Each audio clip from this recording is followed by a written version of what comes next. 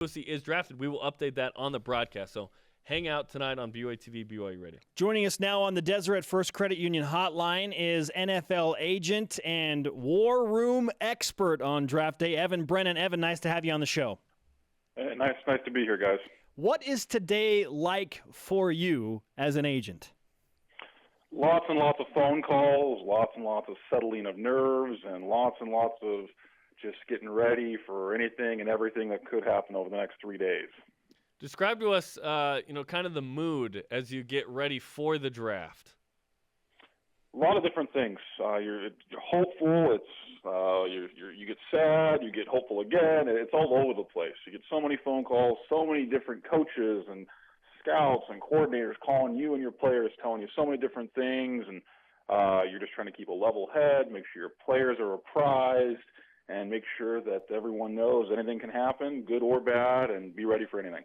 Evan Brennan graduated from BYU in 2009 with a master's in sports management. You can follow him at Brennan Sports. That was an amazing draft or class out of 2009. I mean, there were some really talented people that graduated that year. It was awesome, Evan and I. And Max Hall. And Dennis Pitta, right? And Dennis Pitta. There you go. Okay, Evan, we want to know, do you have like 3 cell phones? Like, how does that work? If you're getting so many phone calls, you don't want to miss anything. Or do you have a team of people that are getting emails? Like, how do you handle all of the communication on a day like today? Well, a lot of different things. So we have our office lines. We have 2 landlines we have cell phones. We've got my partner, Craig Doman, and I each have multiple phones. It's a wild deal. We have my assistant who also is going to take a call. There's a lot of people willing and able and ready, and there's a lot of different lines to handle all the different phone calls from teams that could come in. Describe to us the process of season ends in December, some January for some guys. They sign with agents, and then how does it work as you lead up to trying to go from that point to getting a guy on a team, whether it's through the draft or through free agency? Well, guys, they'll go train, and I've had clients all over the place, train different places. I represent Terenn Houk, and Terenn went and trained in Nashville at D1, and so there's that whole process that goes through the combine, that goes through pro day. I was at BYU's pro day with Terenn, and scouts are there watching him do all the combine drills, and then they're also there, to talk with them and kind of get a feel for who they are as a human being. After that, there's private workouts and private visits. And then the phone calls start. Then you start getting all kinds of phone calls. So for the last 2-3 weeks, this is an avalanche of phone calls from teams reaching out, trying to get more information, trying to sell a little bit certain players as a destination and undrafted free agency, and trying to find out what maybe other teams are thinking that may have told you as the agent. All kinds of that kind of stuff goes on. We heard great things about Terenn Houk with the Seattle Seahawks. Just how much interest do the champions of the Northwest have in Mr. Houk? Oh, he did a great job up there. He went up to a workout that they had up there at the Seahawks facility, and he had the opportunity to compete against some guys who you'll see names called throughout the weekend. So, real legitimate NFL prospects.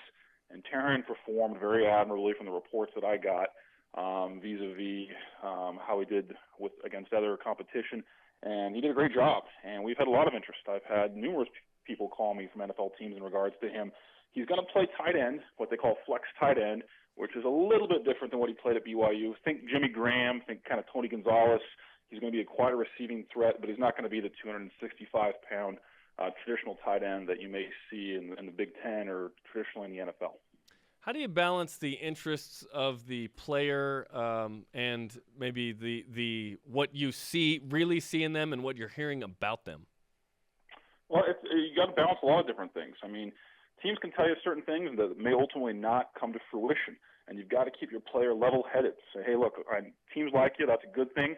Maybe they like you this much, maybe they don't. Maybe it's a smoke screen, and so you've got to just can't get too high, can't get too low.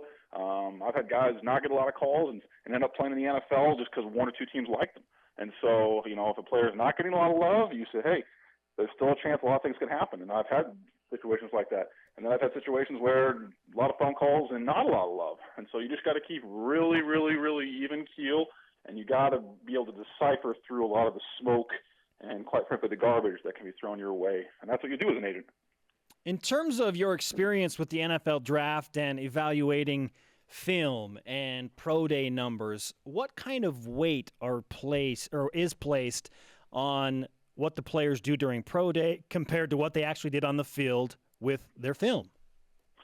The film is the most important thing. At the end of the day, if a guy can't play football, he can't play in the NFL. So I always tell a player what you do on the field is the most important thing. Now, having said that, if you're a great football player but you just don't have great athleticism, that's really going to hurt you. And so those pro day combine numbers can be huge in segmenting yourself from players that are maybe the same on film but just don't really have the athleticism to make that jump to the next level. And each team is different. Some teams may be much more inclined to film and put a lot lower stock in pro day and combine numbers, whereas you look at teams like Seattle Seahawks that tend to use the spark ratings and the athletic numbers much more heavily. That weighs a little bit more heavily in their favor. So it just varies a little bit, not a lot, but a little bit team to team. As you became an NFL agent and have been involved with this for a couple of years, what surprised you maybe about this process? A lot of different things. It's really a big business. NFL teams do their due diligence to the nth degree, and you'd be surprised at what lengths they're willing to go to find out about your clients. The Oakland Raiders are infamous for calling high schools and talking with high school counselors, trying to get background checks on players. That's pretty common. I thought that was very interesting. Teams will, interview coaches that aren't there any longer. It wouldn't surprise me if teams have reached out to, Robert and I at Virginia about Terenn Houk. That wouldn't surprise me at all, being his former position coach. Teams are willing to do all kinds of things to make sure that when they invest money in these players, it goes towards the best possible investment that they can get. Joining us now, NFL agent Evan Brennan with us. When you are trying to survive this day, what's your go-to? I mean, obviously you have favorite parts of the job. Is there a favorite food and a favorite part of today? What do you have for us? I'm a Diet Coke guy. I have to have my Diet Coke. Anyone that's ever known me, especially during this process, I've got my Diet Coke with me at all times. Make sure that I'm near my phone. I don't mind, some kind of like gummy candy or something like that you pick up at like CVS, something to chew on so that my nails don't totally run out. But, calm and collected and awake are huge things for me. Fascinating stuff from Evan Brennan, NFL agent and BYU alum. Evan, we appreciate the time, and we look forward to an exciting weekend, probably more enjoyable for us than it may be for you, but nonetheless, we wish you the best of luck. I appreciate it. Thanks so much, guys. Evan Brennan on the Deseret First Credit Union Hotline. Deseret First, your values, your timeline, your financial